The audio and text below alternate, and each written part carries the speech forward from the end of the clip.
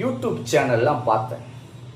ஒரு 5-6 பேர் இந்த படத்தை பற்றி அப்படி இருக்கு, இது மாதிரி இருக்கு, அது மாதிரி இருக்கு, இம்மானுவேல் சேகரனை பற்றி தவறா இருக்கு அப்படின்லாம் பேசுறத நான் பார்த்தேன். அவங்களுக்கெல்லாம் நான் ஒன்னே ஒன்று சொல்றேன், சென்சார் போடு அப்படின்னு ஒன்று உண்டுங்க, தணிக்கை குழு.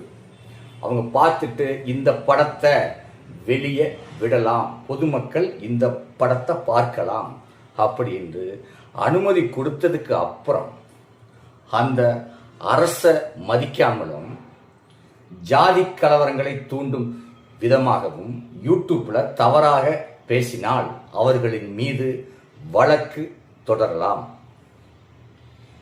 யூடியூப் சேனல்லாம் பார்த்தேன்.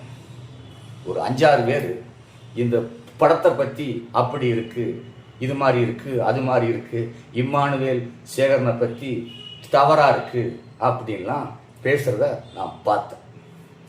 அவங்களுக்கெல்லாம் நான் ஒன்னே ஒன்று சொல்றேன், சென்சார் போடு அப்படின்னு ஒன்று உண்டுங்க, தணிக்கை குழு.